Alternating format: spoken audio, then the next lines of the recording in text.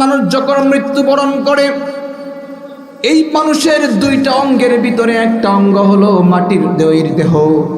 মানুষ যখন মৃত্যুবরণ করে মাটির তৈরি দেহটাকে তখন মাটির সাথে কাফন দাফন করা হয়। কথা বলেন ঠিক না বেঠিক? আরেকটা অঙ্গ হলো আল্লাহ তাআলার পক্ষ থেকে রূহ, যেই রূহটাকে আল্লাহ রাব্বুল আলামিন আসমান থেকে পাঠাইলেন। যেই রূহটাকে মানুষ যখন দুনিয়ার ত্যাগ করে, তার অন্তর থেকে শেষ নিঃশ্বাসটুকু ত্যাগ করে, তখন আল্লাহ রাব্বুল আলামিন এই রূহটাকে আসমানে উঠাইয়া নেন। এই জন্য বুখারীর হাদিসের ভিতরে আসছে, আল্লাহর নবী বলেন, যেই মানুষটা দুনিয়ার জমিনের ভিতরে সবচেয়ে বেশি নেক আমল করেছিল, যেই মানুষটা আল্লাহর দুনিয়ার জমিনের ভিতরে ভালো কাজ করেছিল, যেই মানুষটার প্রতি মানুষের মন সন্তুষ্ট ছিল, জীবনে কোনো মানুষের অন্যায় করে নাই, পাপ কাজ করে নাই, আল্লাহর পয়গম্বর বলেন ওই লোকটা হলো নেককার। আর নেককার ব্যক্তির রূহকে আল্লাহ রাব্বুল আলামিন আসমানের ভিতরে সুন্দরভাবে ফেরেশতাদের মাধ্যমে উঠাইয়া নেয় দুনিয়ার জমিনের ভিতরে।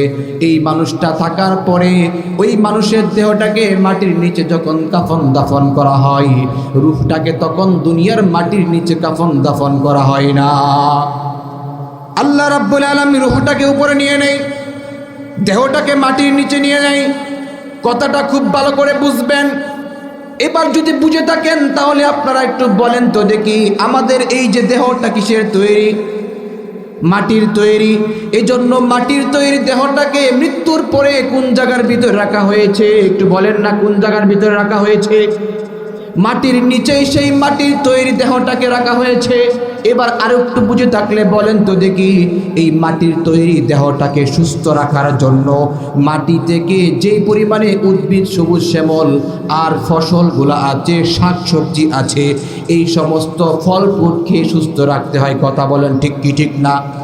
মাটির তৈরি দেহটাকে অসুস্থ হয়ে গেলে ডাক্তারের কাছে যখন যাওয়া হয়, ডাক্তার তখন ডাক দিয়ে বলে একটু ভালো করে ফল ফ্রুট খাবেন, শাক সবজি খাবেন, ভালো ভালো ফল ফ্রুট খাবেন। ডাক্তার বলে কি বলে না? কেন কেন? এই মাটির তৈরি দেহটাকে মাটির উদ্ভিদ দিয়ে, মাটির সমস্ত সৃজনশীল জিনিস দিয়ে খাইলে পরে আমার দেহটা সুস্থ থাকবে। আর আমার এই মাটির তৈরি দেহটা যখন এইগুলা খাই তখন সুস্থ হয়ে যায়। ও মুসলমান, একটু ভালো করে বুঝবেন, আমার মাটির তৈরি দেহটাকে মাটির তৈরি খাবার দিয়ে সুস্থ রাখতে হয়, অন্য কোনো খাবার দিয়ে সুস্থ রাখা যায় না। এবার বলেন তো দেখি, আল্লাহ রাব্বুল আলামিন আপনি আমাকে যে রূহটা দিয়েছেন, এই রূহটা কি দুনিয়ার জমিনের মাটি থেকে বানাইলেন নাকি আল্লাহ আসমান থেকে পাঠাইলেন? আল্লাহ তাআলা আসমান থেকে রূহটাকে পাঠাইলেন। রূহটাকে পাঠানোর পরে রূহের কিছু সুস্থতা অসুস্থতা আছে। কথা বলেন ঠিক কি ঠিক না? এই কথাগুলা এই আপনাদের মধ্য কি এলাকার নাম কিটা? এই যে জায়গাটার নাম কি? জি, তেলিপাড়ার ভিতরে কথাগুলো আগে কেউ শুনছেন কিনা আমি জানি না। বলবেন যে হুজুর এই মুহূর্তে এই কথাগুলো তো খাবে না, আজকে 3টা প্রোগ্রাম, এখান থেকে যাবো আসাদ ভাইয়ের 15 নম্বর ওয়ার্ডে, সেখান থেকে কোনাবাড়ি যাব। ও মোহতারাম, কথাগুলো বলে যাই, জীবনে কোনো দিন পাইছেন কিনা জানি না, আর কোনো দিন পাবেন কিনা তাও জানি না। যেহেতু আসছি, 2টা কথা মনে রাখবেন। মাটির তৈরি দেহটাকে মাটির তৈরি ডাক্তার চিকিৎসা করে ভালো ভালো খাবার খাওয়ার জন্য আমাদেরকে পরামর্শ দেয়, কিন্তু যেই আল্লাহ রাব্বুল আলামিন রূহ বানাইলেন, সেই রূহটাকে আল্লাহ রাব্বুল আলামিন আমাদের মধ্যে বানানোর পরে বললেন রূহের অসুস্থ আছে। আমার দেহের যেমন অঙ্গ প্রত্যঙ্গের সুস্থতা অসুস্থতা আছে, ঠিক তদ্রূপভাবে রূহেরও সুস্থতা অসুস্থতা আছে। কিন্তু বুঝে থাকলে এবার বলেন দেখি, আপনি আমার জীবনে ডাক্তারের কাছে জীবনে কোনোদিন যাই নাই এমন কেউ আছেন নাকি? আপনি আমার জীবনে ডাক্তারের কাছে কোনোদিন যাই নাই এমন কেউ আছেন এখানে? মাত্র একটা 3.5 হাত বডি, যেটার লাইফস্টাইল হলো 15 থেকে 20 বছর, 30 বছর, 40 বছর, 50 বছর, 60 বছর, 70 বছর, 80 বছর, 100 বছরের বেশি এটার কোনো হায়াত নাই, গ্যারান্টি না, ঠিক কিনা? এই বডিটার ভিতরে মাত্র কয়েকদিনের জন্য এত কিছু চিকিৎসা করলাম, এত বড় FRTS এর ডিগ্রিধারী সার্টিফিকেট ডাক্তার কাছে গেলাম চিকিৎসা করার জন্য, মাত্র এটা একটা ফুসা। কিন্তু আল্লাহ রাব্বুল আলামিন আপনি আমাকে যে রূহ দিয়েছেন, এই রূহটা আজকে এখানে সৃষ্টি হয় নাই, আল্লাহ রাব্বুল আলামিন আজ থেকে নিয়ে আরো বহু বছর পূর্বে আল্লাহ রাব্বুল আলামিন আলমে আরওয়াহের জগতের ভিতরে আমাদের আপনাদের সকলকে সৃষ্টি করলেন। ওই জগৎটার নাম ছিল রূহের জগৎ। কিসের জগৎ ছিল? ওই রূহের জগতের ভিতরে আল্লাহ রাব্বুল আলামিন সূরা বাকারার ভিতরে আল্লাহ তাআলা জানিয়ে দিলেন, সূরা মুলকের ভিতরে আল্লাযী খালাকাল মাউতা ওয়াল হায়াতা লিয়াবলুয়াকুম আইয়ুকুম আহসানু আমালা। আল্লাহ রাব্বুল আলামিন তোমাদের জন্য আমাদের জন্য মৃত্যু বানাইলেন। আল্লাহ রাব্বুল আলামিন বলে আল্লাযী খালাকাল মাউতা ওয়াল হায়াতা, আল্লাহ রাব্বুল আলামিন সর্বপ্রথম তোমাদের জন্য মৃত্যু বানাইলেন, তারপরে বললেন হায়াত। কথাটা একটু খেয়াল করে বুঝেন। আল্লাহ বললেন আল্লাযী খালাকাল মাউতা, আল্লাহ তাআলা সৃষ্টি করলেন খালাকাল মাউতা মৃত্যু। অথচ একটু বুঝে থাকলে বলেন দেখি, আমরা দুনিয়ার জমিনে আগে মৃত্যু না আগে জীবন? আমার কথাগুলো বুঝতেছেন আপনারা? আল্লাহ বলছে আগে মৃত্যু, তারপরে তোমাদের জন্য জীবন দিলাম। এবার একটু বুঝে থাকলে বলেন দুনিয়ার জমিনে আগে মৃত্যু না আগে জীবন? আমরা তো জানি আগে জীবন, ঠিক নেবে ঠিক, আগে জীবন। কিন্তু আল্লাহ বলে আল্লাযী খালাকাল মাউতা, আমি সর্বপ্রথম মৃত্যুকে সৃষ্টি করলাম। এবার বুঝে থাকলে বলেন আল্লাহ কি মিথ্যা বলছে না সত্য বলছে? আমার প্রত্যেকটা কথা আপনাদের খটকা লাগবে, খটকা লাগার জন্যই আসছি, খটকাও ভাঙবে। সাধারণ কোনো মানুষের মতো আলতু ফালতু আমি কথা বলে চলে যাব তা না। জীবনে অনেক ওয়াজ শুনছেন, কিন্তু আনাস আল বুখারীর মতো মানুষের ওয়াজ শুনছেন কিনা তা জানি না। যেহেতু আসছি দুইটা কথা নিয়ে যান, শিখে যান, এমন উত্তর জীবনে কোথাও পাইছেন না, পাইবেনও না বলতে পারি। আল্লাহ বললেন আল্লাযী খালাকাল মাউতা, আল্লাহ তাআলা সর্বপ্রথম সৃষ্টি করলেন মৃত্যু। অথচ আমরা তাকায় দেখি আগে জীবন। আল্লাহ আর আমাদের কথা বাস্তব না অবাস্তব? অবাস্তব। এখন আল্লাহ মিথ্যাবাদী না আমরা মিথ্যাবাদী? কথা বুঝেন না? সবগুলার সমাধান দিচ্ছি। আল্লাহু আকবার। আল্লাহ তাআলা তার পূর্বে বললেন আল্লাযী খালাকাল মাউতা ওয়াল হায়াতা লিয়াবলুয়াকুম আইয়ুকুম আহসানু আমালা। আমি তোমাদেরকে মৃত্যু সৃষ্টি করছি, তারপরে জীবন দিয়েছি, আর ওই জীবনের জন্য তোমাদের জন্য সুখ শান্তির ব্যবস্থা রেখে দিয়েছি। ওই জীবনটার নাম হলো পরকালের জগৎ। কথা বলেন ঠিক না বেঠিক? আল্লাহ রাব্বুল আলামিন এই জন্য আমাদেরকে বললেন। মুহতারাম হাজিরিন, এবার উত্তরটা নেন। আল্লাহ মৃত্যু আগে দিলেন না জীবন আগে দিলেন? আমরা এই জগতে দুনিয়ার জমিনে এসেছি, কিছুদিন পরে চলে যাব, কিন্তু এই দুনিয়ার জমিনে থাকার জায়গা না। কথা বলেন ঠিক না বেঠিক? আমাদের এর পূর্বেও আরেকটা জগৎ ছিল, সেই জগতের নাম বলতে পারেন আপনারা? যেই জগতে আমরা ছিলাম, এই কথা বলবো না বাচ্চারা, এর আগেও আমরা একটা জগৎ ছিল, সেই জগতের নাম আপনারা কেউ বলতে পারেন নাকি? আমরা ছিলাম সেই জগতে, বলতে পারেননি? এই বলতে পারেন না? এই বাবারা তোমরা বসো। না বলতে পারলে আমি বলি সেই জগতের নাম কি? সেই জগতের নাম মায়ের পেটের জগৎ। কথা বলেন ঠিক নেবে ঠিক? সেই মায়ের পেটের জগতের ভিতরে আপনি আমি ছিলাম। এই মায়ের পেটের জগতের আসার পূর্বেও আগে একটা জগতে ছিলাম, সেই জগতের নাম বলতে পারেন আপনারা? এটা বলতে পারেন না? তেলিপাড়ার মানুষ আপনারা, সেই জগতের নামটা হলো আলমে আর রুহের জগৎ, রুহের জগৎ। কথা বলেন ঠিক না? সর্বপ্রথম আল্লাহ রাব্বুল আলামিন আমাদেরকে আল্লাহ রূহ সৃষ্টি করলেন। সেই রুহের জগতের ভিতরে আমরা একত্রিত ছিলাম। রুহের জগৎ থেকে মায়ের পেটের জগতে আসলাম। আমরা মনে মনে ভাবলাম মায়ের পেটের জগতে আসছি, আর কোনোদিন অন্য কোনো জগতে যাব না, এত বড় জায়গাতে আসছি। এত বড় জায়গাতে আসার পরে মনে মনে ভাবলাম মনে হয় আর কোনো জগতে যাবে না। যখন ফেরেশতারা আমার কানে কানে বলল, ওরে আনাস আল বুখারী, এই মায়ের পেটের জগৎ মনে করছো অনেক বড় জগৎ? না না, এর চেয়ে আরো অনেক বড় জগৎ তোর জন্য আল্লাহ রাখছে, সেখানে তোকে যেতে হবে। বুঝে থাকলে এবার বলেন তো দেখি, গ্রামের ভিতরে যেই মানুষটা 50 বছর জীবনযাপন করছে, হঠাৎ করে এই মানুষটাকে যদি গুলশান বনানীতে নিয়ে যান, তার কাছে কেমন লাগবে? অবাক লাগবে কি লাগবে না?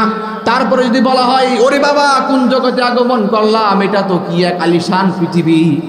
এবার তাকে যদি বলা হয় না না, এর চেয়ে আরো আলিশান আছে, তুমি জানো না, তাকে যদি লন্ডন নিয়ে যাওয়া হয়, বড় বড় সিটিগুলো দেখানো হয়, তখন তার কাছে কেমন লাগবে?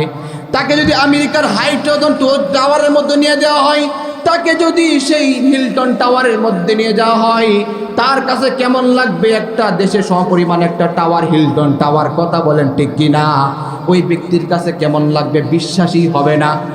আজ থেকে বহু বছর আগে যখন মোবাইল আবিষ্কার হয় নাই, আল্লাহ রাব্বুল আলামিন এবার এই যে কথাটা বোঝানোর জন্য চেষ্টা করছে আপনাদেরকে, মানুষ কথা বলবে এই দিক থেকে ও প্রান্তে, একটা কি হলো, তার দিয়ে যোগাযোগ মাধ্যম হলো, তারের মাধ্যমে কথায় মানুষ অবাক হয়ে গিয়েছে, ওরে বাবা, তার দিয়ে এখান থেকে ওইখানে কথা বলা যায়। কিছুদিন পরে তার লাগলো না, মানুষ এমনি বিজ্ঞান যখন আরো বেশি আবিষ্কার করলো, তখন তার ছাড়া মোবাইলে কথা বলে, ঠিক না বে ঠিক? নোকিয়া ওই N75 কি জানি সেটগুলো ছিল তখন। এই যুবকরা কথা বলেন না, কে আসিল না এরকম? তারপরে মানুষ অবাক হয়ে গেল, ওর বাবা, তার ছাড়া কথা কওয়া যায়, ঢাকা কথা কওয়া যায়, বরিশাল কথা কওয়া যায়, কথা বলা যায়, অবাক হয় কি হয় না? তারপরে কিছুদিন পরে যখন বলল এমন আরেকটা যুগ আসবে, যেই যুগের ভিতরে দেখে দেখেও কথা বলা যাবে এক দেশ থেকে আরেক দেশে। গ্রামের মানুষরা আমরা অনেকেই বলতাম এটা কিভাবে সম্ভব, এটা কোনোদিন সম্ভব না, কথা বলেন ঠিক না? তারপরে যখন সেটা আবিষ্কার হয়ে গেল, মানুষ তখন বিশ্বাস করতে বাধ্য হলো, কথা বলেন ঠিক না বে ঠিক? মানুষ তখন বিশ্বাস করতে বাধ্য হয়েছে। ও মুসলমান, এইভাবে পৃথিবীর মানুষ যখন আলমে আরোহের জগতের ভিতরে ছিল, গেদা গেদা ছিল, যখন সরিষার দানার স্তূপের থেকে একটা দানাকে একটা ঘরের ভিতরে রাখা হয়, তখন কেমন খালি খালি লাগে, ঠিক না বে ঠিক? মায়ের পেটের জগতে আসার পরে আমাদের সেই আত্মাটা বলতেছে, হাই হাই, এত বড় জগতের ভিতরে আগমন করলাম, শান্তি, কি সুন্দর রেস্ট, আরাম আয়েশ করতেছি। ফেরেশতা এবার বলল, দোস্ত, তোমার এই জগতের ভিতরে আসছো, এর চেয়ে আরো বড় জগৎ আছে। কি বলো? এর চেয়ে আরো বড় জগৎ আছে, সেটা বিশ্বাস করে না। কিছুদিন পরে যখন 10 মাস 10 দিন মায়ের পেটে থাকার পরে ওই সন্তানটা যখন দুনিয়ার জমিনে আবির্ভাব হয়, এবার বলেন তো দেখি, ওই সন্তানটা দুনিয়ার জমিনে আবির্ভাব হওয়ার পরে এত বড় দুনিয়া দেখে অবাক হয়ে যায়। হাই হাই, বাংলাদেশ পৃথিবীর ভূখণ্ডের ভিতরে ছোট্ট একটা দেশ, এটা আগামাতা আজ পর্যন্ত আপনি আমি দেখতে পারি নাই, কথা বলেন ঠিক না বে ঠিক? ও মুসলমান, আপনি আমি দেখতে পারি নাই, কিন্তু আরো বলে এর চেয়ে বড় বড় পৃথিবী আছে, এর চেয়ে বড় বড় দেশ আছে, এর চেয়ে বড় বড় মহাদেশ আছে, কিন্তু আমরা বাংলাদেশটা, গাজীপুরটাই তো এখন পর্যন্ত চিনি না। ও মুসলমান, সেই সন্তান দুনিয়ার জমিনে আসার পরে আপনি আমার কথা আল্লাহ বলতেছে, কোরআন কোট করে বলে দিয়েছে, আমার তখন এত বড় পৃথিবী পাইয়া আজকে আমি মাস্তানাবুদ শুরু করে দিলাম, হাই আমি এখানে আসছি, আর যাব না। 10 বছর 20 বছর পর্যন্ত, 10 বছর পর্যন্ত কিছু বুঝি নাই, যখন 10 বছর 15 বছর 20 বছর পাড়ি দিলাম, এখন আমার শরীরের ভিতরে জুয়ানি চলে আসছে, তাগড়া যুবক হয়ে গিয়েছি, মনের ভিতরে একটা ভাব চলে আসছে, ফ্যাশন একটা অন্যরকম, কাটিং একটা ভিন্ন রকম, আর মনে হয় এই পৃথিবীর ভিতরে আছি, এই পৃথিবীর ছেড়ে আর কোথাও যাব না। আমার টাকা দরকার, গাজীপুরের ভিতরে বাড়ি দরকার, গুলশানের ভিতরে একটা টাওয়ার দরকার, আমার একটা প্রাইভেট কার দরকার, ভালো একটা ফোন দরকার। এই যুবকটা এই দুনিয়ার বুক বিলাসের শান্তি যখন সে মত্ত হয়ে যায়, মত্ত হয়ে যাওয়ার পরে যুবক সে এই পৃথিবী ছাড়তে রাজি হয় না। আমার আল্লাহ বলে দিলেন, তোমাকে এখানেও থাকার জায়গা না, তোমাকে কিছুদিন পরে টাইম আসলে অটোমেটিক ছেড়ে যায়, ঠিক কি ঠিক না? এই দুনিয়ার জগৎ ছেড়ে পরজগৎ, কবর জগতের ভিতরে আমাদের চলে যেতে হয়। ওই জগৎটার নাম কিসের জগৎ? কবর জগতের ভিতরে আল্লাহ আমাদেরকে বললেন, ওই যে প্রথম প্রশ্নের উত্তর আপনাদেরকে এখন দিচ্ছি, এবার খেয়াল করে শুনেন। আল্লাহ বলেন, এবার কবর জগতে আসার পরে আল্লাহ রাব্বুল আলামিন কিয়ামত পর্যন্ত একটা মানুষের 2টা ফয়সালা হয়। কয়টা ফয়সালা হয়? মৃত্যুর পরে মানুষের জান্নাত যায় না, মৃত্যুর পরে জাহান্নামে যায় না। যারা এতদিন পর্যন্ত মনে রাখছেন ভালো আমল করলে মৃত্যুর পরে জান্নাত ধুল, মৃত্যুর পরে জাহান্নাম মিথ্যা, এই কথাটা একবারে 100% মিথ্যা। মৃত্যুর পরে কোনো মানুষ জান্নাত নাই, কোনো মানুষের জাহান্নাম নাই। বলবেন হুজুর এটা ভেল লাগাইলেন, আমরা তো জানতাম দুনিয়ার জমিনের ভিতরে ভালো কাজ করলে মৃত্যুর পরে জান্নাত, মৃত্যুর পরে জাহান্নাম, এখন এটা কি কন? মৃত্যুর পরে জান্নাত নাকি? হুজুর কি উল্টা পাল্টা ওয়াজ করে, সব খালি বেল লাগাই না ওয়াজ। শুরু থেকে 2টা প্রশ্ন, 2টাও বেল লাগাইছে, এখানে আরেকটা কোন মৃত্যুর পরে জান্নাত, এটাও বেল লাগানি ওয়াজ। ভেল লাগানি না, কথাটা বুঝার জন্য বলছি, বুঝবেন, ভেল লাগলেই তো বুঝবেন। যেই ব্যক্তি বুঝতে পারে ভেল লাগছে, সেই ব্যক্তি বেশ উড়াইতে পারে। যেই ব্যক্তি বুঝতে পারে না ভেল লাগছে না, ভেল লাগছে না, ঠিক না বেঠিক, সে কোনোদিন ভালো মন্দ বুঝে না। এবার বলেন তো দেখি, কি বলতেছিলাম মনে আসেনি? মৃত্যুর পরে কবর জগৎটা, এটা যদি কোনো ব্যক্তি দুনিয়ার জমিনের ভিতরে ভালো কাজ করে থাকে, আল্লাহ রাব্বুল আলামিন বললেন ইন্নাল্লাযীনা আমানু ওয়া আমিলুস সলিহাতি কানাত লাহুম জান্নাতুল ফিরদাউসি নুজুলা খালিদিনা ফিহা লা ইয়াবগুনা আনহা হিওয়ালা। ইন্নাল্লাযীনা আমানু ওয়া আমিলুস সলিহাত, যারা ঈমান আনবে, নেক কাজ করবে, তাদের জন্য আল্লাহ রাব্বুল আলামিন জান্নাত রেখেছেন। সেই জান্নাত কখন যাবে? তাহলে মৃত্যুর পরে যদি না যায়। ও মুসলমান, আরেকটা উদাহরণ দেই। আপনাদের এলাকায় যদি একজন লোককে, একজন অপরাধীকে গ্রেফতার করে পুলিশ, তাকে গাজীপুরে নিয়ে যাওয়া হলো। এবার বলেন তো দেখি, গাজীপুরে নেওয়ার পরে 1 মাস 2 মাস জেলখানার ভিতরে রাখছে। এই অপরাধের কারণে ওই ব্যক্তি জেলখানার ভিতরে ছিল 1 মাস 2 বছর 3 বছর। ওই ব্যক্তির পাপের কারণে এখন পর্যন্ত শাস্তি দেয় নাই, হাকিম হুকুম করে নাই। খুন করছে, খুন করার পরে রায় হয় নাই, তার যাবজ্জীবন 10 বছর 20 বছর 30 বছর, এখনো রায় দেয় নাই। এর আগে রিমান্ড দিছে, পিটাইছে, জনগণ মায়ের দিছে, তারপরে পুলিশ মায়ের দিছে, তারপরে তাকে জেলখানার ভিতরে নিয়ে সেখানে রিমান্ড দিছে, তারপরে 10 দিন 20 দিন 1 মাস 2 মাস রাখছে জেলখানার ভিতরে। এবার বলেন তো দেখি, এই ব্যক্তি যে খুন করছে তার সেই খুনের বদলা এটা হলো কি হলো না? হয় নাই সেটা। কারণ কেন? এই যে তার অপরাধ করছে, যখন হাকিম ভালো অথবা মন্দ রায় দিবে তখন থেকে তার দিন গণনা শুরু হবে। আর যদি দিন গণনা শুরু হয় ওদিন থেকে 10 বছরের যদি শুরু হয় একদিন বাদ যাবে, অন্যথায় 3 মাস 3 বছর জেলখানার ভিতরে এমনিই থাকলে কোনো দিন গণার সময় এইটা ফাউ ফাউ থাকে। আপনার আইনের লোক, গাজীপুরের লোক ভালো বুঝবেন। এই জন্য কবরের জগতের ভিতরে, এই বাবারা বুঝতেছো কি বলতেছি? কবরের জগতের ভিতরে আল্লাহ রাব্বুল আলামিন আমাদেরকে রাখার পরে এই যে ফেরেশতা আসে, পানিশমেন্ট দিবে, ঠ্যাঙ্গানি দিবে, পিটা দিবে, রিমান্ড দিবে। যদি খারাপ কাজ করে থাকে এই ব্যক্তিকে আল্লাহ রাব্বুল আলামিন বলে দিলেন এটা হলো তার জন্য কবরের শাস্তি, হলো কবরের শাস্তি, এটা জান্নাতের জাহান্নামের আযাব গজব না। কখন আল্লাহ তাআলা তার জন্য ভালো মন্দ করবে আল্লাহ তাআলা কালামুল্লাহর ভিতরে জানিয়ে দিলেন। এই বাবা, তোমরা যদি ডিস্টার্ব করো তাহলে তো আমি কথা বলবো।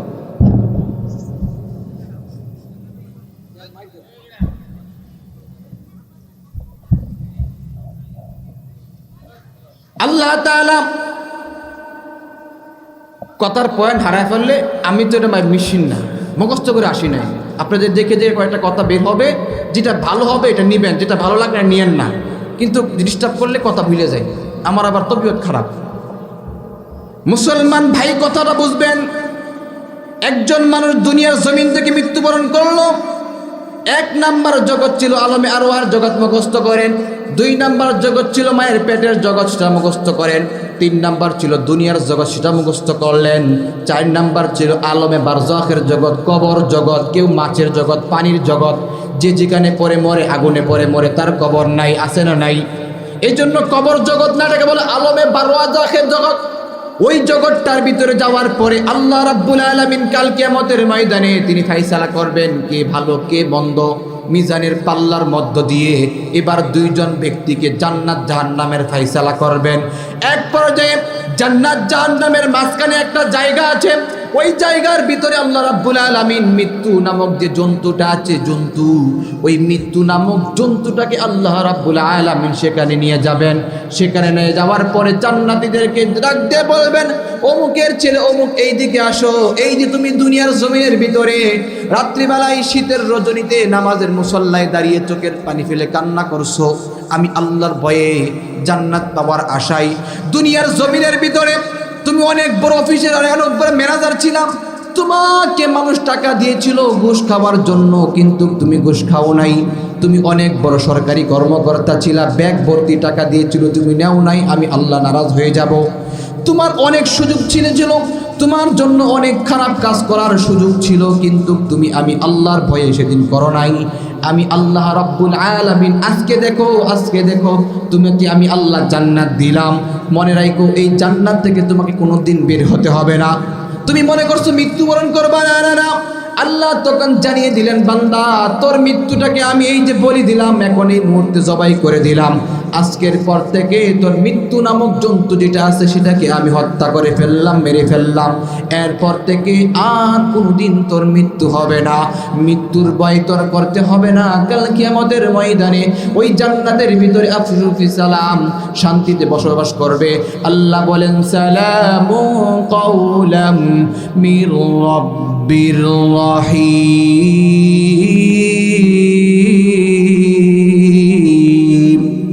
আল্লাহ তাআলা তখন ডাক দিয়ে বলবেন, তোমার জন্য জান্নাতের ভিতরে শান্তি আমি আল্লাহ রাব্বুল আলামিন দিয়ে দিলাম। অন্য দিক দিয়ে আল্লাহ, ওয়ামতাজুল ইয়াউমা আইয়ুহাল মুজরিমুন। আল্লাহ তাআলা তখন ডাক বলবে, এই পাপিষ্ঠরা, দুনিয়ার জমিনে যারা পাপিষ্ঠ ছিলে, পাপ কাজ করতে, ওয়ামতাজুল ইয়াউমা আইয়ুহাল মুজরিমুন, ওয়ামতাজুল পৃথক হয়ে যা, আইয়ুহাল মুজরিমুন, দুনিয়ার জমিনের ভিতরে পাপ করেছস, গুনাহ করেছস, অন্যায় করেছস, আমার আল্লাহর হুকুম মানুষ নাই, মন যা চাইছে তাই করছস, মন যা চাইছে তাই করছস, সারা জীবন গুনার ভিতরে লিপ্ত ছিলি। ওয়ামতাজুল ইয়াউমা আইয়ুহাল মুজরিমুন, আজকে পৃথক হয়ে যা। এতদিন পর্যন্ত দুনিয়ার জমিনের ভিতরে একসাথেই তো ছিলি। এই যে আজকে আপনাদের মাদ্রাসার মাহফিল, নিয়ামত হিফজুল কুরআন মাহফিলের ভিতরে এতগুলা মানুষের একসাথে ছিলেন। আল্লাহ বলবেন, ওই দিন তুই পাপ কাজ করেছিলি, সেদিন সকলের সামনে তোকে আমি কি করে দেই নাই, নাফরমানিকে বের করে দেই নাই, বরং আজকে এই সময়ের ভিতরে আমি আল্লাহ রাব্বুল আলামিন বলে দিলাম, এই জায়গার ভিতরে তোরা আর কেউ থাকতে পারবি না। ওয়ামতাজুল ইয়াউমা আইয়ুহাল মুজরিমুন, এই পাপিষ্ঠরা, হতভাগারা, দুর্ভাগারা, কপাল পোড়ারা, তোরা এই জায়গা থেকে দূরে সরে যা, দূরে সরে যা, পৃথক হয়ে যা। তাহলে এবার এক নম্বর আয়াতের ব্যাখ্যায় আল্লাহ বলছিল, আল্লাযী খালাকাল মাউতা ওয়াল হায়াতা লিয়াবলুয়াকুম আইয়ুকুম আহসানু আমালা। আমি আল্লাহ রাব্বুল আলামিন সর্বপ্রথম তোমাদেরকে হায়াত সৃষ্টি করলাম, মৃত্যু সৃষ্টি করলাম, তারপরে হায়াত। এবার বুঝলেন তো আমরা কিন্তু এখন এই দুনিয়ার জমিনে আছি কি হায়াতে? মৃত্যুর পরে কোন হায়াতে?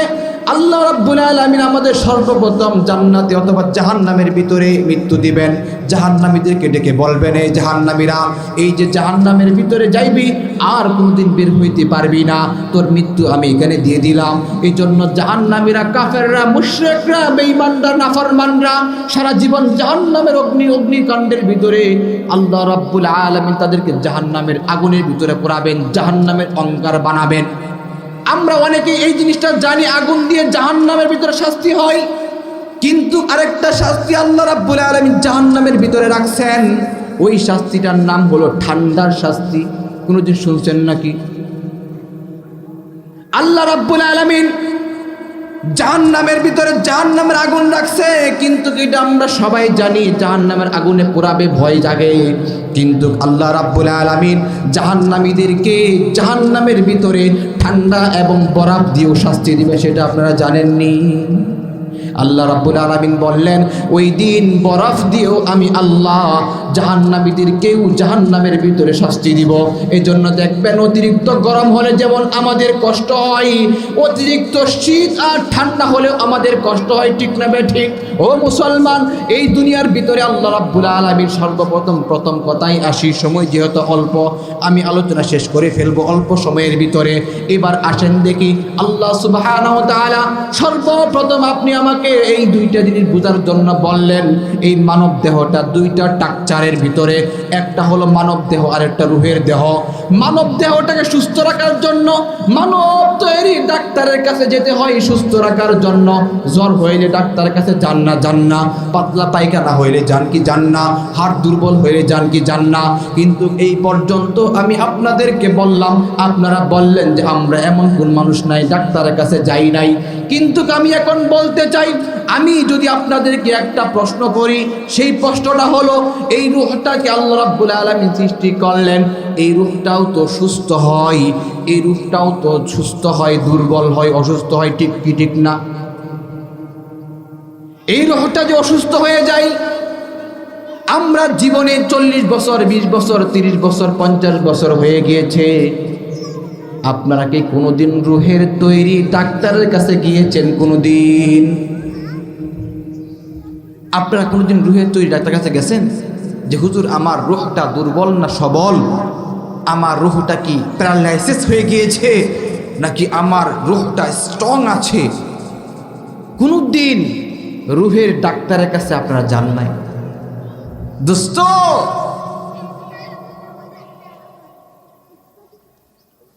রুহের তৈরি ডাক্তার কোথায় আছে সেটাও তো আপনারা জানেন না।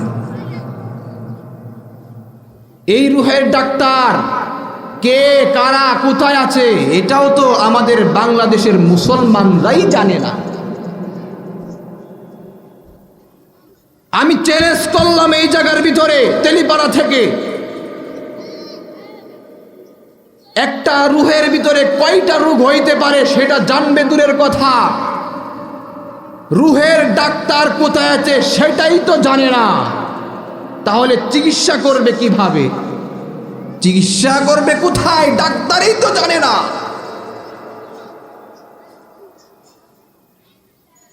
আজকে এই দুনিয়ার জমিনের ভিতরে আমাদের সবচেয়ে বড় সমস্যা হলো এই আলাজে কাবির। আল্লাহ তাআলা কালামুল্লাহর ভিতরে বলেন, কদ আফলাহা মান তাযাক্কা ওয়া যাকারা ইসমা রাব্বিহি ফাসাল্লা বাল তুসিরুনাল হায়াতাদ দুনিয়া ওয়াল আখিরাতু খায়রু ওয়া আবকা। এই আয়াতটা পড়ে পড়ে আমরা ওয়াজ বহুত মানুষে করেছি। কদ আফলাহা মান তাযাক্কা, ওই ব্যক্তি তো সফল কাম হয়েছে যেই ব্যক্তি আত্মশুদ্ধি করতে পেরেছে। কিন্তু আত্মশুদ্ধি কি জিনিস আজ পর্যন্ত আপনি আমি জানি নাই। আত্মটাকে শুদ্ধ করা কি জিনিস, কেমনে করতে হবে সেটাই তো জানি না। আমার হার্ট স্ট্রোক করলে যদি আমি 1 ঘন্টার ভিতরে চিকিৎসা না করি, 3 ঘন্টা পরে আমার ডেড বডি ডাক্তার ঘোষণা করবে। কিন্তু আমার হার্ট যদি স্ট্রোক করে মারা যায়, আমার রূহটাকে অসুস্থ হয়েছে এটাই তো জানি না। ও মুসলমান, এবার বুঝে থাকলে বলেন, আল্লাহ বলেন কদ আফলাহা মান তাযাক্কা, ওই ব্যক্তি তো সফল কাম যেই ব্যক্তি নিজেকে আত্মশুদ্ধি করতে পেরেছে। আত্মশুদ্ধি কি জিনিস, এই জিনিসটা বোঝার পূর্বে আপনাদেরকে বলি আত্মশুদ্ধি করলে লাভ কি হয়, আর আত্মশুদ্ধি কারা করেছে, আর আত্মশুদ্ধি ওয়ালা মানুষের এই দুনিয়ার ভিতরে কারা কারা আছে। 1 নাম্বার বলি, উমর রাদিয়াল্লাহু তাআলা আনহু খুতবা দিচ্ছেন, মুসলমানদের রণাঙ্গনে যুদ্ধের ভিতরে দামামা বাজতেছে। সেই পাহাড়ের ভিতরে কি হচ্ছে খুতবার ভিতর থেকে বললেন। আল্লাহ রাব্বুল আলামিন সেই কথা তার কানের ভিতরে নেটওয়ার্ক ছাড়া পৌঁছায় দিলেন। উমর রাদিয়াল্লাহু তাআলা এবার বুঝে থাকলে বলেন দেখি, তিনি আত্মশুদ্ধির জগতে সফল ছিলেন না ব্যর্থ ছিলেন? উমর রাদিয়াল্লাহু তাআলার কাছে নীল নদের পানি শুকিয়ে গেল, চিঠি আসলো, বলল আমিরুল মুমিনিন, নীল নদের পানি শুকিয়ে যায়। নীল নদ আমাদেরকে প্রতি বছরেই একটা করে কুমারী মেয়েকে চাই। সেই কুমারী মেয়ের সাথে সে খারাপ কাজে লিপ্ত হয়, সেই মেয়েকে আর ফিরিয়ে দেয় না, তারপরে সেখান থেকে পানি আসে। এটার ফয়সালা আপনি করেন। এবার সেই আব্দুল্লাহ ইবনে, যেই সাহাবীকে সেই দেশের ইয়ামানের গভর্নর করে পাঠাইছিল, সেই সাহাবীর চিঠি পাওয়ার পরে উমর রাদিয়াল্লাহু তাআলা একটা চিঠি লিখলেন। চিঠি লেখার পরে সেই নীল নদের ভিতরে পানি অটোমেটিক চলে আসলো। আল্লাহু আকবার। সেই চিঠির ভিতরে ঘটনা কি ছিল, কাহিনী কি ছিল বলবো না, শুধুমাত্র এই কথাটাই বললাম। এটা কি দুনিয়ার জমিনের ভিতরে কোন মানুষের সম্ভব কাজ না অসম্ভব কাজ? কথা বুঝেন না? সম্ভব কাজ না অসম্ভব কাজ? অসম্ভব কাজ আছে পৃথিবীতে, কিছু মানুষের অসম্ভব কাজগুলা ঘটে।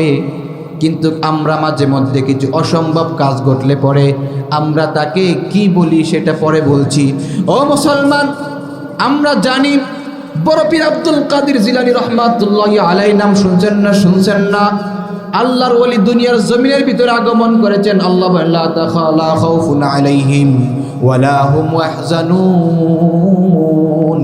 যারা আল্লাহর ওলি হবে, আল্লাহ ওয়ালা হবে, আল্লাহর দুনিয়ার জমিনের ভিতরে তাদের কোনো ভয় নাই, কোনো চিন্তা নাই। তারা হবে আল্লাহর ওলি যারা দুনিয়ার জমিনে, তাদের কোনো ভয় নাই। কথা বলেন ঠিক না বে ঠিক? আজকে জিয়ার সৈনিকের কোনো ভয় নাই, আজকে অমুকের সৈনিকের কোনো ভয় নাই, অমুক ভাইয়ের সৈনিকের কোনো ভয় নাই। যারা আল্লাহর সৈনিক হবে তাদের এই দুনিয়াতেও ভয় নাই, পরজগতেও ভয় নাই। কথা বলেন ঠিক না বে ঠিক? আজকে অমুকের সৈনিক হওয়ার জন্যে আমার জীবন যৌবন টাকা পয়সা বাড়ি গাড়ি সব কিছুকে জলাঞ্জলিত করলাম। আল্লাহ সৈনিক হওয়ার জন্য আপনি আমার জীবন থেকে আমি কি জলাঞ্জলিত করলাম? কিছুই তো না। তারপরে অমুকের মন খুশি করার জন্য আমার মালিকের মনকে অসন্তুষ্ট করেছি, একবারও চিন্তা করি নাই আমার মালিক নারাজ হয়ে যাবে এই কাজটা করলে। মালিককে সন্তুষ্ট করতে পারি নাই, আমার ঈমান ইয়াকিন এই পর্যন্ত চলে গেছে। আমার যদি অমুক ভাই আমার সহায় হয়, ওই দুনিয়াতে আমাকে কেউ কিছু করতে পারবে না। ও মুসলমান, কথাগুলো আমি কাউকে ইন্ডিকেট করে বলছি না, বোঝার জন্য বলছি। অমুক ভাই যদি আমার সহায় থাকে, আমার কোনো চিন্তা নাই, দুনিয়ার মানুষ আমার কিছুই করতে পারবে না। বলে কি বলে না? ভাব নিয়ে চলে, হ্যাডাম নিয়ে চলে। আল্লাহু আকবার, আল্লাহু আকবার।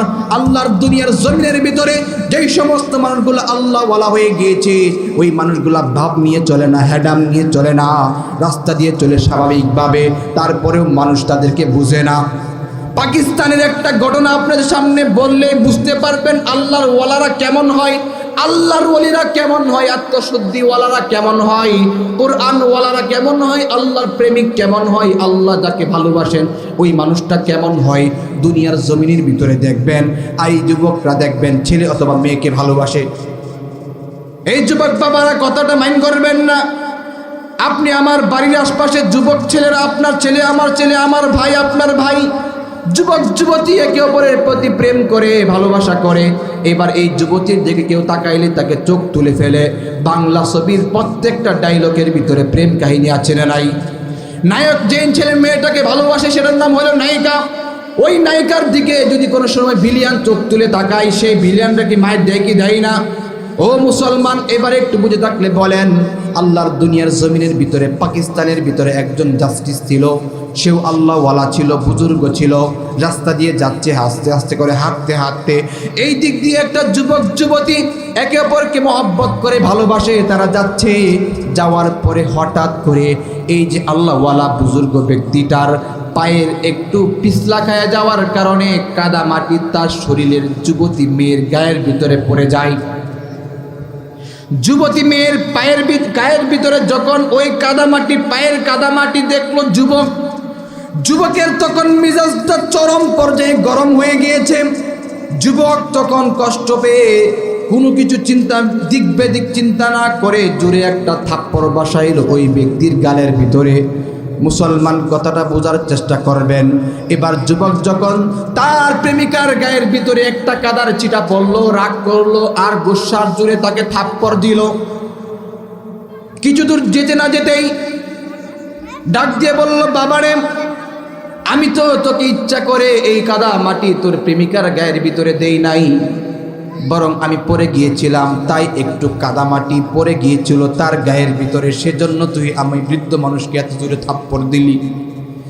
এই কথা বলার পরে বললে, বুইরার ঘরে বুইরা আবার কথা বলো, আরেক থাপ্পড় দিছে। হয় কি হয় না? থাপ্পড় দেওয়ার সাথে সাথে তখন ওই বৃদ্ধ বাবা চোখের পানি ছেড়ে দিয়ে আস্তে করে মাথাটাকে নত করে চলে যেতে লাগলো।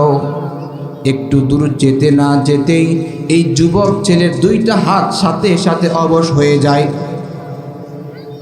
তার হাতগুলো থরথর করে কাঁপতে কাঁপতে মুহূর্তের ভিতরে অবশ হয়ে গেছে। আল্লাহু আকবার! সম্ভব কি সম্ভব না? ও মুসলমান, কথাটা একটু ভালো করে বোঝার চেষ্টা করবেন। আল্লাহ রাব্বুল আলামিন যখন দেখতে পেল এই ঘটনার অবতরণ ঘটে গেল, কেউ বুঝতে পারলো না। মেয়েটা হয়তো বুদ্ধিমান ছিল, তার প্রেমিকার এই অবস্থা দেখে একটু তাড়াতাড়ি বলল, যুবক রে, তুমি আমাকে মহব্বত করো, কিন্তু সেজন্য এই বৃদ্ধ বাবাকে মারা তোমার ঠিক হয় নাই। যাও তাড়াতাড়ি বৃদ্ধ বাবার হাতে ধরে পায়ে ধরে মাপ চাও। তিনি যদি তোমার জন্য দোয়া করে দেয় তাহলে হয়তো পারে তোমার হাত ভালো হতে পারে, আর যদি দোয়া না করে দেয় তাহলে তোমার হাত চিরজীবনের জন্য শেষ। মানুষ যখন নিজের অঙ্গ প্রত্যঙ্গ হারায় তখন সব কিছু দেয়, ঠিক কিনা বে ঠিক? নিজে যখন মৃত্যুর কাছ থেকে বাঁচতে চাই তখন তার টাকা পয়সা বাড়ি গাড়ির চিন্তা করে না, ডাক্তারকে বলে সব নিয়ে যে আমাকে বাঁচাইয়া দে। ঠিক না ব্যাঠিক?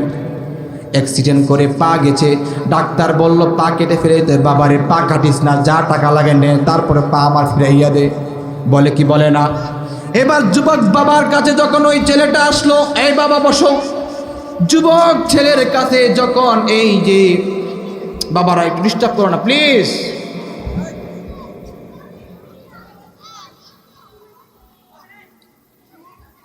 যুবক যখন বৃদ্ধ বাবার কাছে আসলো,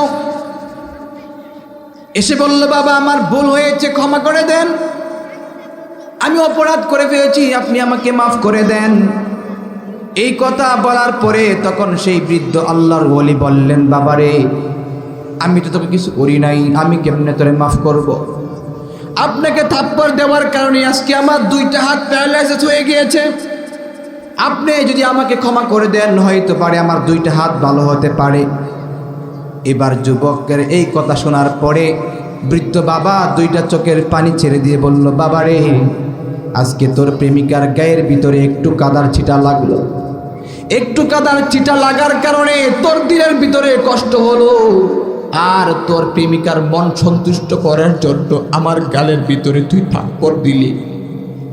আমি এই বৃদ্ধ লোকটাকেও একজন ভালোবাসে, আমিও তাকে ভালোবাসি, আমারও একজন প্রেমিক আছে তাকে আমি ভালোবাসি, আমার একজন মালিক আছে আমিও তাকে মহব্বত করি, সেও আমাকে মহব্বত করে।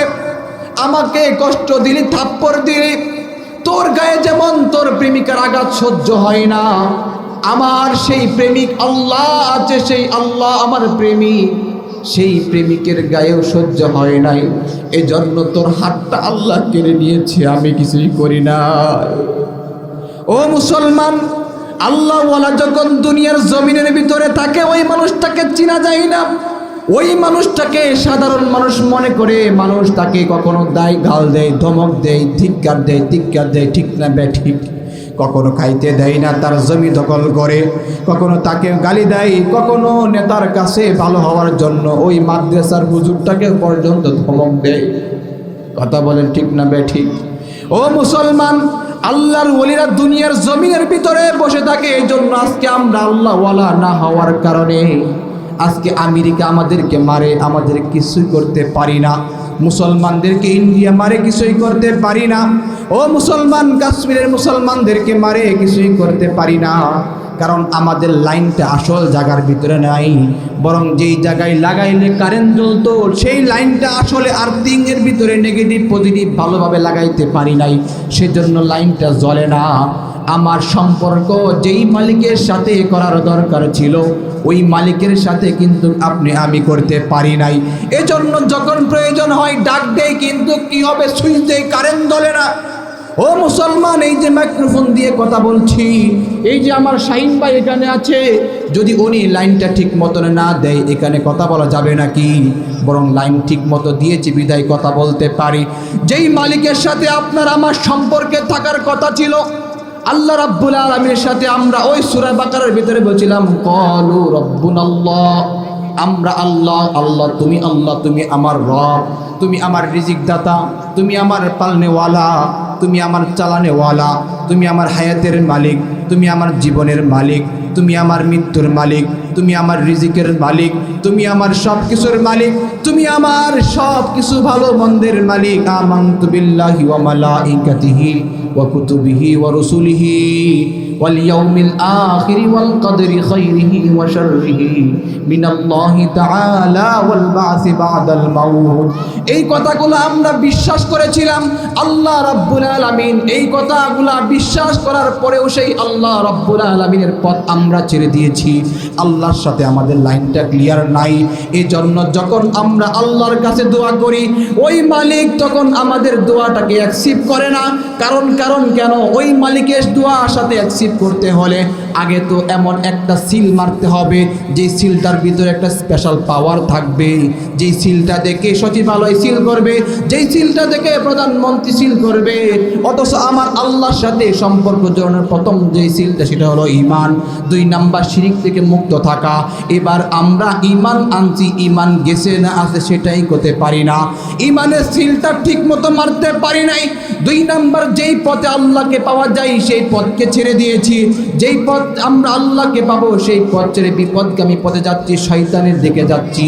শয়তানের পথে হাঁটতে হাঁটতে আমাদের ঈমানও শেষ, আমলও শেষ। এজন্য আজকে আল্লাহকে ডাকি, আল্লাহ আমাদের ডাকে সাড়া দেয় না।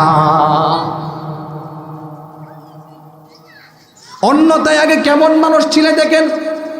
মাইনুদ্দিন চিশতি রহমাতুল্লাহি আলাইহি নাম শুনছেন আপনারা? শুনেন নাই নাকি আপনারা? তেলিপাড়ার মানুষ মাইনুদ্দিন চিশতি রহমাতুল্লাহি আলাইহি এবার যাচ্ছে, মুসাফির মানুষ প্রতি মানুষ পথ দিয়ে যাচ্ছে। হঠাৎ করে একটা গাছের নিচে ছায়ার জন্য, আরামের জন্য বসলেন। রৌদ্রের ভিতরে, ছায়ার ভিতরে উপর থেকে একটা পাখি বসা ছিল।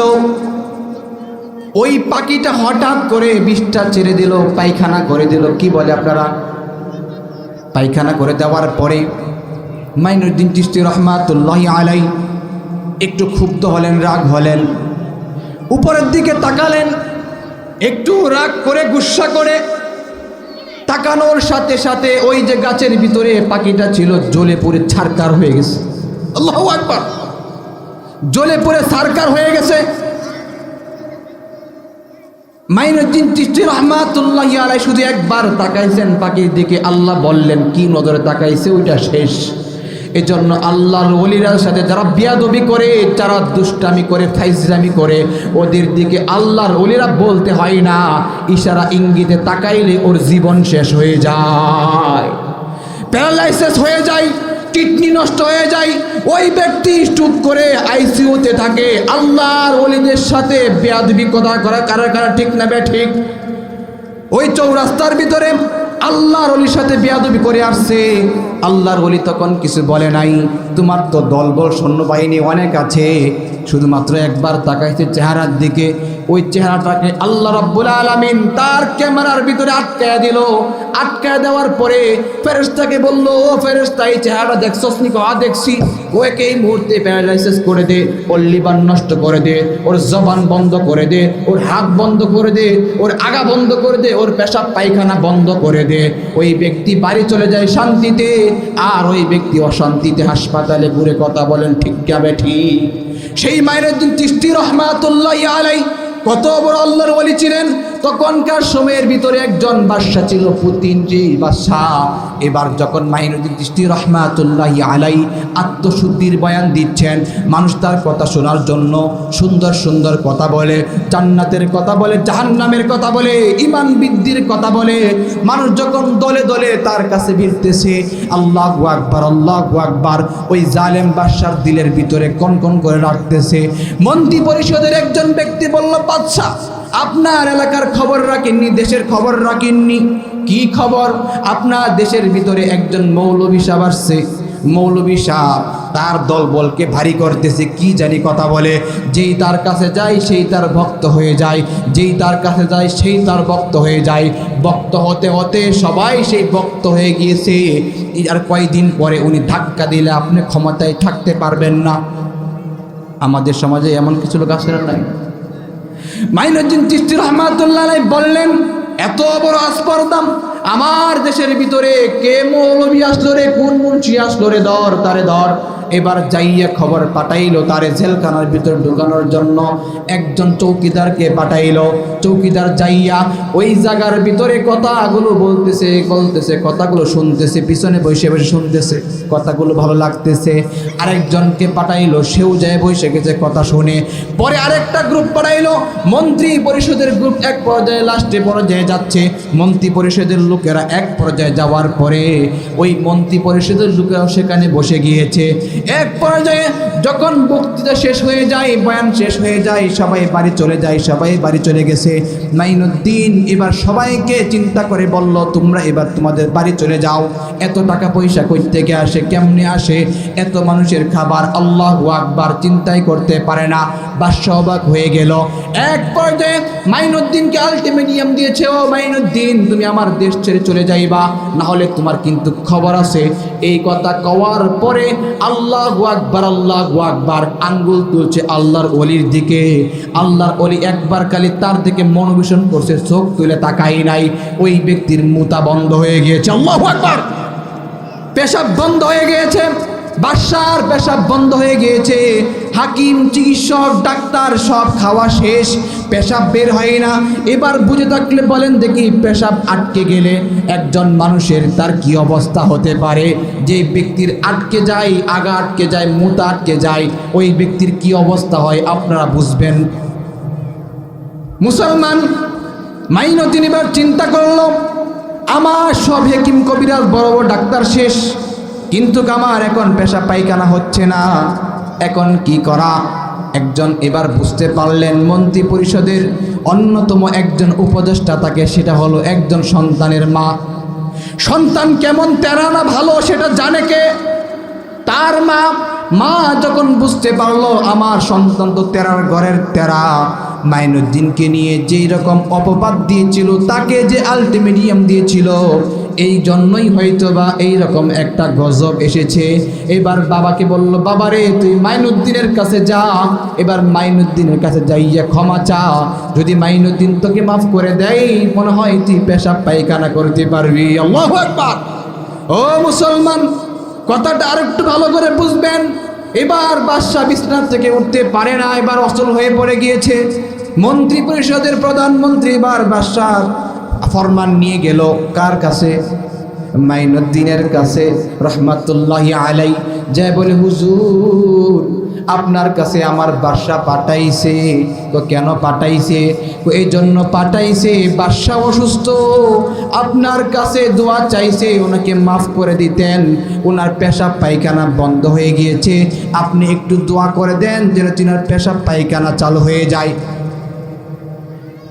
বললেন, আমি দোয়া করতে পারি, আমি চিকিৎসা করতে পারি, একটা শর্ত আছে। কি শর্ত? যাইয়া বলো, সেটা রাজি কিনা? কি শর্ত? সংক্ষেপ করে বলছি। তিনি বললেন, তিনার যে এই যে সিংহাসন আছে, রাজ আছে, দরবার আছে, দেশ আছে, এই সব কিছু আমার নামে দলিল করে লিখে দিতে হবে, তবেই আমি তাকে এই রূপ থেকে চিকিৎসা করে সুস্থ দিতে পারবো। বুঝতে পারছেন কথাটা? আমাকে যদি তার সিংহাসন, দেশ, রাজত্ব, বাড়ি গাড়ি সব কিছুই লিখে দেয়, দলিল করে, তবে আমি তার চিকিৎসা করে তাকে ভালো করব। এই কথা যখন বাদশার কাছে গেল, বাদশা এবার সাথে সাথে বলল, যা যা, আমি রাজি আছি, আগে আমাকে ভালো করতে বল, তাড়াতাড়ি যা। যায় বলল, বাদশা রাজি, সুস্থ করেন। না না, আগে কাজ পরে সুস্থ। কি করতে হবে? আগে তোমাকে দলিলের ভিতরে, স্টাম্পের ভিতরে লেখে সুন্দর করে আমাকে দিতে হবে, তারপরে আমি তার জন্য চিকিৎসা করব। ও মুসলমান, এবার বাদশা নিজের জান বাঁচানোর জন্য তার যা কিছু আছে সব কিছু লিখে দিল স্টাম্পের ভিতরে। আল্লাহু আকবার। এবার নিয়ে গেল মাইনুদ্দিনের কাছে। মাইনুদ্দিন চিশতি রহমাতুল্লাহি আলাইহি এবার দেখে দেখে পড়লেন, সব কিছু ঠিক আছে, কোনো বেজাল নাই। এবার মাইনুদ্দিন এটাকে ছিঁড়লেন, ছিঁড়ে একটা পুতলা বানাইলেন। পুতলা বানানোর পরে একটা বাক্স বানাইলেন, ওই বাক্সটাকে একটা পাতিলার ভিতরে ঢুকাইয়া দিলেন। ঢুকাইয়া দেওয়ার পরে বললেন, যাও তোমার বাদশাকে যাইয়া বলো ওই পাত্রটার ভিতরে পেশাব করতো, পেশাব করতো। আল্লাহু আকবার। বাদশার এই কথা যখন শুনলো, মন্ত্রী এবার যখন গেল, মন্ত্রী এবার সুন্দর করে পাত্র যখন দিল, ওই পাত্রটাকে দেওয়ার পরে ওই পাত্রের ভিতরে পেশাব করলো। আমার আল্লাহ কত বড় কুদরতওয়ালা! ওই বস্তি বাদশা পেশাব করতে বসতে দেরি হয়, আর গার গার করে পেশাব বের হতে আর 1 সেকেন্ড দেরি হয় না। আল্লাহু আকবার। বাদশা এবার খবর দিল, সংক্ষেপ করছি, বাদশা এবার খবর দিল মাইনুদ্দিনকে, মাইনুদ্দিন হুজুর, হুজুর এবার আসেন না, বিমান ভালো হয়েছে হুজুর, আপনি এত বড় হুজুর, হুজুর অপরাধ করছি, মাফ করে দেন। আমরা হুজুরের আগে চিনি না পরে চিনি? ঠেলা পড়লে হুজুর চিনে, এর আগে হুজুর চিনে না। কথা বলেন ঠিক না ঠিক? ও মুসলমান, মাইনুদ্দিন চিশতি রহমাতুল্লাহি আলাইহি এবার দরবারে আসলেন। এবার বললেন, বাবারে, আমাকে আল্লাহ এই দুনিয়ার জমিনে রাজত্ব করার জন্য পাঠাই নাই। তোর রাজত্ব ক্ষণস্থায়ী, আজকে আছে কালকে নাই। 5 বছর, 10 বছর, 15 বছর, 17 বছর, তারপরে কেউ কি ছিল নাকি? কেউ থাকতে পারে নাই। ফেরাউন সে এত বড় রাজত্বের অধিকারী ছিল, থাকতে পারে নাই। নমরুদ এত বড় রাজত্বের অধিকারী ছিল, থাকতে পারে নাই। কারণের মতো মানুষ দুনিয়াতে থাকতে পারে নাই। এত টাকা পয়সা বিত্তশালী দুনিয়ার জমিনে কেউ থাকতে পারে নাই। ও মুসলমান, তাদের নাম দুনিয়ার জমিনের ভিতরেও নাই। কথা বলেন ঠিক না ঠিক? আল্লাহু আকবার।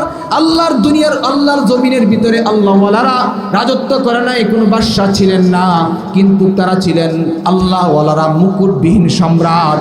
সব জামানায়, সব সময়ে, সবার উপরে আল্লাহ রাব্বুল আলামিন তাদেরকেই রেখে দিয়েছেন। মুসলমান আব্দুল কাদের জিলানী রহমাতুল্লাহি আলাইহি কত বড় আল্লাহর ওলি ছিলেন, ওই মানুষকে চিনে না, তার নাম জানে না এখন পর্যন্ত এমন কোনো মুসলমান নাই। জুনাইদ বাগদাদি কত বড় আল্লাহর ওলি ছিলেন, তার নাম জানে না এমন কোনো মানুষ পৃথিবীতে নাই। হাফিজ হুজুর এই দুনিয়ার জমিনে এসেছিলেন, তার নাম জানে না বর্তমানে কোনো মুসলমান নাই। আল্লাহু আকবার। আল্লামা আহমদ শফি রহমাতুল্লাহি আলাইহি কিছুদিন আগে আমাদেরকে ছেড়ে চলে গেলেন, তার নাম জানে না এমন কোনো মুসলমান নাই। আজকে আমরা, তারা দুনিয়ার জমিনের ভিতর থেকে চলে গিয়েছে, কিন্তু আমরা তাদের নামটা মুখস্থ রেখে দিয়েছি। আল্লাহ বলেন দুনিয়ার জমিনের ভিতরে, ওয়ারাফানা লাকা যিকরাক, আমি আল্লাহ আপনার নামটাকে যেমন সমুন্নত করে রেখেছি, আল্লাহ ওয়ালাদের নামটাকেও আমি আল্লাহ তেমন ওয়ারাফানা, আমি আল্লাহ উঁচু করে রাখবো, উঁচু করে রাখবো। আল্লাহু আকবার। এজন্য দেখবেন রাজা বাদশাদের নাম এখন পর্যন্ত মানুষ মনে রাখে না, কিন্তু যুগের পর যুগ যাবে, দিনের পর দিন যাবে, আল্লাহ যে ওয়াদা দিয়েছেন, আল্লাহর ওলিরা মরে না, আল্লাহর ওলিরা মরে না। যেই ব্যক্তি না মরে সেই ব্যক্তির নাম মানুষে বলে কি বলে না। এই জন্য আল্লাহ বলে দিয়ে যে ইন্না আউলিয়াল্লাহ লা খাউফুন আলাইহিম ওয়ালা হুম ইয়াহজানুন, আল্লাহর ওলিরা মরে না, আর যারা না মরে, যারা বেঁচে থাকে, তারাই তো সব কাজ করতে পারে। কথা বলেন ঠিক না ঠিক? আল্লাহু আকবার। এই জন্য মাইনুদ্দিন চিশতি রহমাতুল্লাহি আলাইহি এত বড় আল্লাহর ওলি ছিলেন, তার সেই বাদশাহীটা, যেই বাদশাহ মনে করেছিল তার সিংহাসন দখল করার জন্য আসছে, এবার বুঝে থাকলে বলেন, এই বাদশাহ যখন সব রাজত্ব লিখে দিল, সেই রাজত্বের সিগনেচারকৃত কাগজের ভিতরে পেশাব করেছে। তার মানে আমরা আল্লাহওয়ালারা, মুসলমানরা, কোরআনওয়ালারা কোনোদিন টাকার কাছে হার মানি নাই, দুনিয়ার রাজত্বের কাছে হার মানি নাই। আমরা দুনিয়ার রাজত্বের দরকার নাই, টাকার দরকার নাই, বাড়ির দরকার নাই, গাড়ির দরকার নাই, কিন্তু যখন টাকার দরকার হয় একটা মাত্র কল দেই আল্লাহর কাছে, ওই আল্লাহ তখন টাকার ব্যবস্থা করে দেয় গেটাগেট। আল্লাহু আকবার। আমি নিজের জীবনে যা পাইছি অভিজ্ঞতার আলোকে বলি, যখন যা প্রয়োজন হয়েছে আমি আমার মালিকের কাছে বলছি, মালিক দিয়ে দিছে। আমি আমার উস্তাদকে দেখেছি, ছোটবেলার ভিতরে দেখেছি আমার মালিক মাদ্রাসা চালাইছে, যখন ওই উস্তাদ দীর্ঘদিন পর্যন্ত যখন যেই সমস্যা হয়েছে সমাধান চেয়েছে মালিকের কাছে, আল্লাহ তাআলা 1 ঘন্টা না আধা ঘন্টার ভিতরে সমস্যা সমাধান করে দিয়েছেন। জামিয়া মাদানিয়া রাসূলবাড়িয়ার মাদ্রাসার মুতামিম আমার উস্তাদ একদিন আসরের নামাজের পরে ওনাকে জানানো হলো, হুজুর আজকে 1 সপ্তাহ হয় আমাদের মাদ্রাসায় কোনো গরু ছাগল আসে না। আল্লাহু আকবার। হুজুর আসরের নামাজের পরে ছাত্রদেরকে নিয়ে দোয়া করলেন আর বললেন, এই যে আমাদের গাবতলী বাজারটা, এখান থেকে উট খেয়েছি, দুম্বা খেয়েছি, অনেক কিছু খেয়েছি, গরু খেয়েছি, ছাগল খেয়েছি। ও আল্লাহ, তোমার কোরআনের পাখিরা আজকে রাত্রে উটের গোশত দিয়ে ভাত খাবে, তুমি ফাইসালা করে দাও। আল্লাহু আকবার, আল্লাহু আকবার। আমরা আসরের নামাজের পরে দোয়া করলাম। দোয়া করার পরে তখনকার খাবার ছিল বোর্ডিংয়ে 2 বার, 12টায় 1 বার খাবার দিত, আসরের পরে 1 বার খাবার বাটি দিয়ে মেপে মেপে খাবার দিত। এবার খাবার তোলার জন্য যখন লাইনে দাঁড়াইলাম, খাবারটা নিয়ে আয়েশা গেটের সামনে দাঁড়াইয়া দেখি, আল্লাহু আকবার, 1টা ভ্যান নয়, 2টা ভ্যান নয়, 3টা ভ্যান ভরে 3টা উট জবাই করে সুন্দর করে ছিলে গোশতটাকে 3টা ভ্যান ভরে মাদ্রাসায় কে যেন পাঠাইয়া দিয়েছে। বলছে, হুজুর মাদ্রাসার ছাত্রদেরকে একজনে পাঠাইছে, উনি পরে আপনার সাথে সাক্ষাৎ করবে। আল্লাহু আকবার। আমার চোখে দেখেছি এমন শত শত ঘটনা, মাত্র বলতে দেরি হয়েছে, আল্লাহ রাব্বুল আলামিন কবুল করতে দেরি হয় নাই।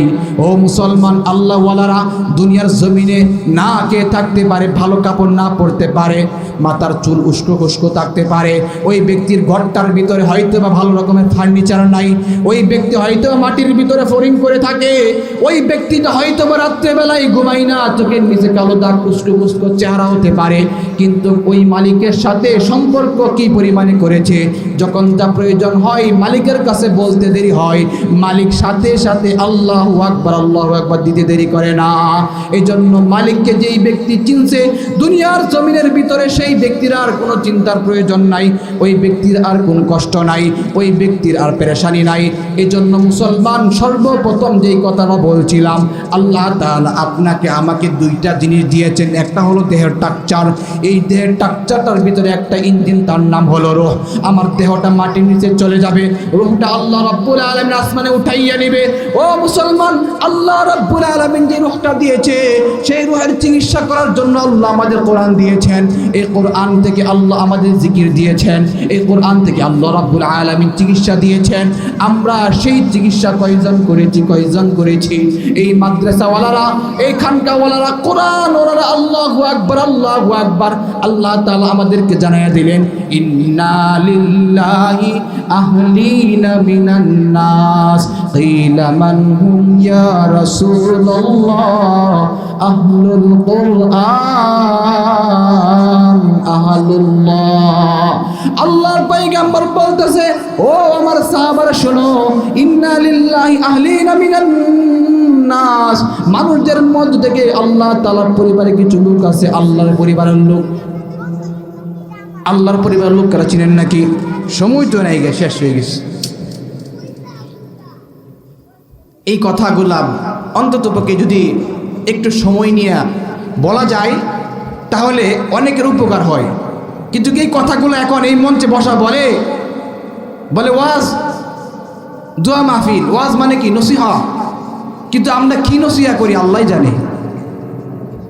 দোস্ত, আপনাদের এই তেলিপাড়া এখানে আমার প্রথম আসা, আগে কখনো আসি নাই, আমাকে এখানে কেউ চিনেন না। আমি গাজীপুর চৌরাস্তা এক মসজিদ ইমামতি করি 18 বছর, এক মাদ্রাসা 10 পর্যন্ত এখানে পড়াই।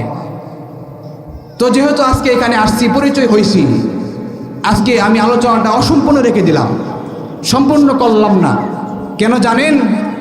এখন সম্পূর্ণ করতে গেলে আপনারা বুঝবেন না।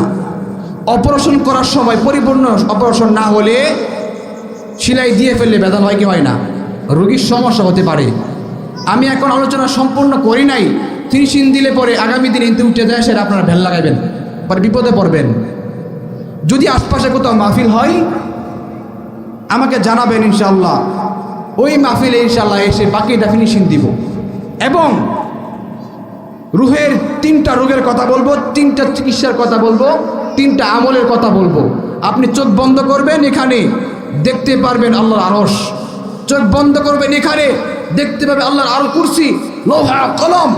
হাদিস থেকে বলছি, আবু বকর রাদিয়াল্লাহু তাআলা আনহু যখন ওনার কাছে ফেরেশতা আসলো, এবার বলতেছে, বলেন তো আপনি আল্লাহ ফেরেশতা, অমুক ফেরেশতা কোথায় আছে?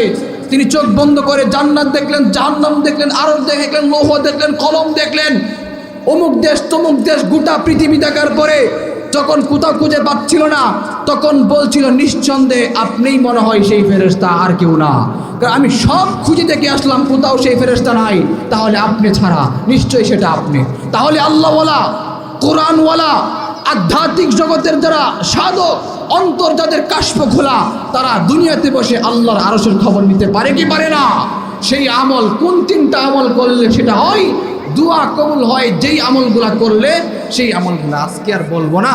আল্লাহ তাআলা সময় সুযোগ হলে, এই যে আমার মাদ্রাসার মুহতামিম প্রিয় ভাই, ওনাকে বললেন যে আনাস আল বুখারী ভাই, ইনশাআল্লাহ অন্য কোনো দিন আসবো, অন্য মাহফিলে বা আগামী বছর সুযোগ হলে দাওয়াত দিয়ে ইনশাআল্লাহ আসবো। আসসালামু আলাইকুম ওয়া রাহমাতুল্লাহি ওয়া বারাকাতুহু। আপনাদের জন্য দোয়া রইল, আমিও দোয়া চাই। মৃত্যুর পরে এখান থেকে কোনো মানুষ যদি জান্নাতে যান, আমাকে নিয়ে যাবেন, আমার কাছে ওয়াদা এটা। আপনারা নিয়ে যাবেন তো আমাকে ইনশাআল্লাহ? এই কথা কোনো নিয়ে যাবেন তো ইনশাআল্লাহ? আমি ওয়াদা দিলাম এই মানুষগুলো আল্লাহ রুহের জগতে দেখা হয়েছিল, এই দুনিয়ার জগতে দেখা হয়েছে, কাল কিয়ামতের ময়দানে এই লোকগুলো যদি জান্নাতে যায় আল্লাহ তাদের সাথে আমাকে শরীক করিও, আর আমাকে যদি জান্নাত দাও আল্লাহ এদেরকে শরীক করে দিও। আল্লাহুম্মা আমিন। আসসালামু আলাইকুম ওয়া রাহমাতুল্লাহি ওয়া বারাকাতুহু।